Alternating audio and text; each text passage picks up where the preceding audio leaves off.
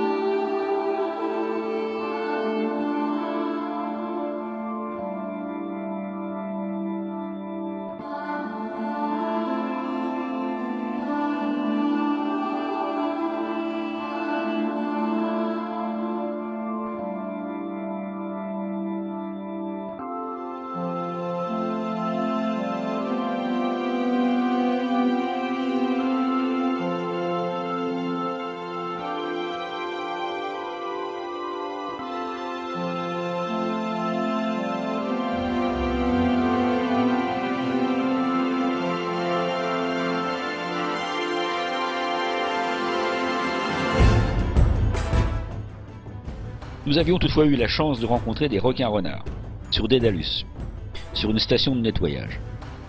Ils sont facilement identifiables à leur queue très longue qui peut parfois mesurer jusqu'à la moitié de la longueur totale de l'animal. Plutôt craintifs, ils sont très difficiles à approcher et vivent à une grande profondeur. Leur longueur peut atteindre 6 mètres et devenus adultes, ils quittent le rivage pour vivre au large.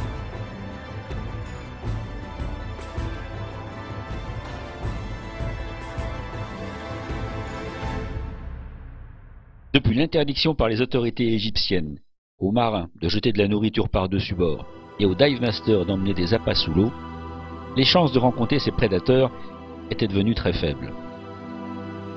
Sans compter que de nombreux requins avaient été capturés dans cette zone les mois précédents. Donc cette plongée dérivante était donc notre dernière chance de rencontrer enfin ces requins. Le requin longimanus est un poisson pélagique. Il ne vit donc qu'en pleine mer et ne s'approche que rarement des côtes pour fréquenter les tombants et les passes. La femelle est vivipare, et les petits, jusqu'à 15, peuvent mesurer jusqu'à 70 cm de long.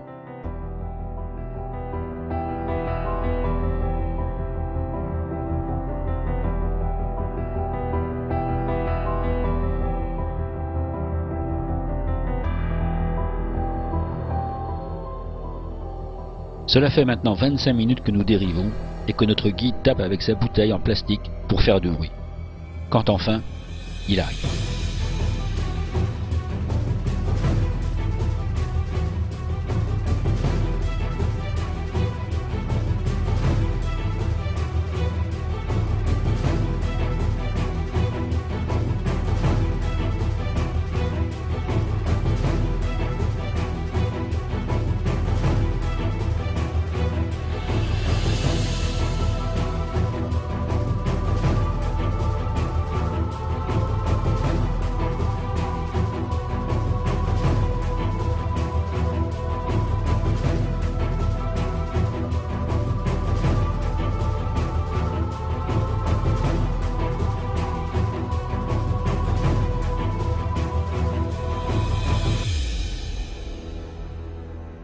Ce requin est un opportuniste qui se nourrit de tout ce qu'il trouve à manger. Et certains océanographes le décrivent comme le plus dangereux de tous les requins, devant le grand requin blanc. La taille maximale est de 3,95 m, mais la taille la plus fréquemment observée pour ces requins est comprise entre 2 et 3 mètres. La plongée se déroule comme prévu. Les minutes passent à toute vitesse. Nous ne sommes pas inquiets. Nous étions prévenus que chaque fois qu'il disparaît, c'est pour réapparaître dans notre dos.